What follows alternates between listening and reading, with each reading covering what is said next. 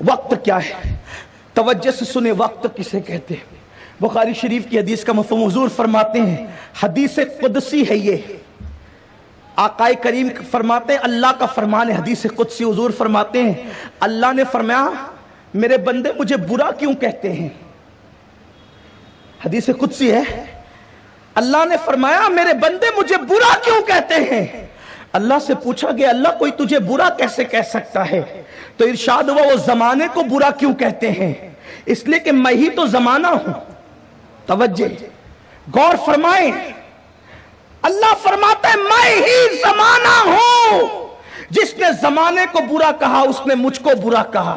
اور زمانہ کسے کہتے ہیں؟ وقت ہی کو تو زمانہ کہتے ہیں، وقت ہی کو تو زمانہ کہتے ہیں۔ اللہ حدیث قدسی میں فرما رہا ہے کہ میں ہی زمانہ ہوں اور زمانے کو برا نہ کہو، یعنی کہ وقت کی، اور سوچو دولت سے قیمتی وقت ہے، دولت سے قیمتی وقت ہے، زیورات سے قیمتی وقت ہے، علم سے قیمتی وقت ہے۔ کوئی علم بھول جائے مطالعہ کر کے پھر علم ملے گا، دولت چلی جائے پھر محنت کرے تو دولت واپس آئے گی، لیکن ایک مرتبہ وقت چلا گیا پھر وقت کسی کے لیے پلٹ کر نہیں آتا۔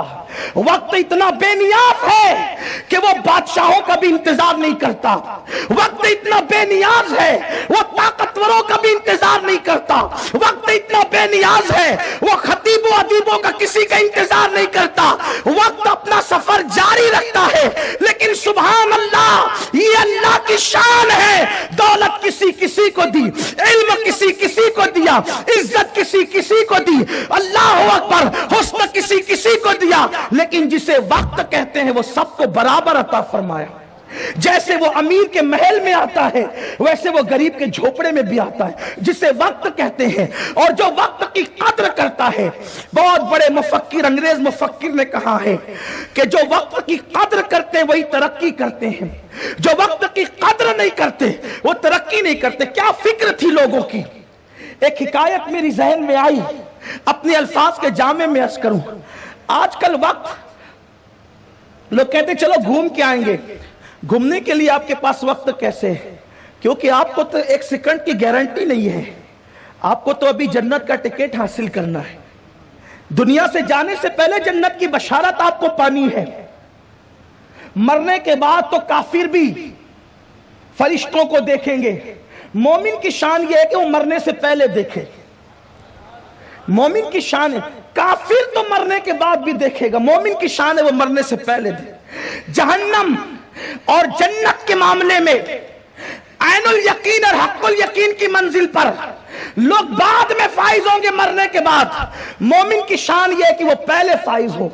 آپ کہیں گے مبالغہ کر رہے ہیں، میں مبالغہ نہیں کر رہا ہوں، قرآن کہتا ہے ان الذین قالوا ربنا اللہ ثم استقاموا تتنزل علیہم الملائکہ الا تخافوا ولا تحزنوا وابشروا بالجنۃ التي کنتم توعدون۔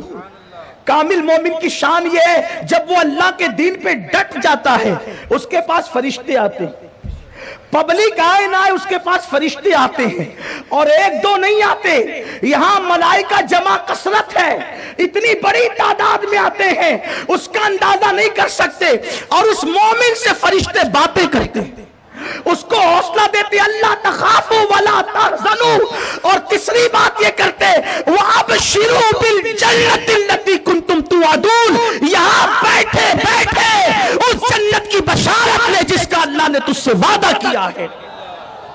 مومن کی شان یہ، لیکن یہ کون کرے گا؟ یہ مشاہدہ کون کرے گا؟ جو وقت کا صحیح استعمال کرے، جو 3 گھنٹہ فلمیں دیکھے۔ اور اب تو موبائل اتنا سوار ہو گیا، پبلک کو کیا کہیے گا؟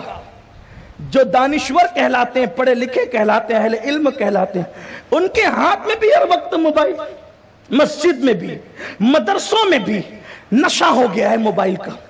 ضرورت کے مطابق استعمال کریں، مرنا تو سب کو ہے۔ ایک آدمی 500 گروپ میں ایڈ ہو گیا ہے، ادھر ٹن بجی ادھر فوراً دیکھا کس کا میسج آیا۔ بندوں کے میسج کی اتنی فکر کرنے والے 1450 سال پہلے قدرت نے بھی تیرے لیے کوئی میسج بھیجا ہے، اس پر تو غور کر۔ کیا حالات ہو گئے ہیں، ہمارے اسلاف وقت کا کیسا استعمال کرتے تھے، اور وقت کا استعمال کرنے والے بڑے بنتے ہیں.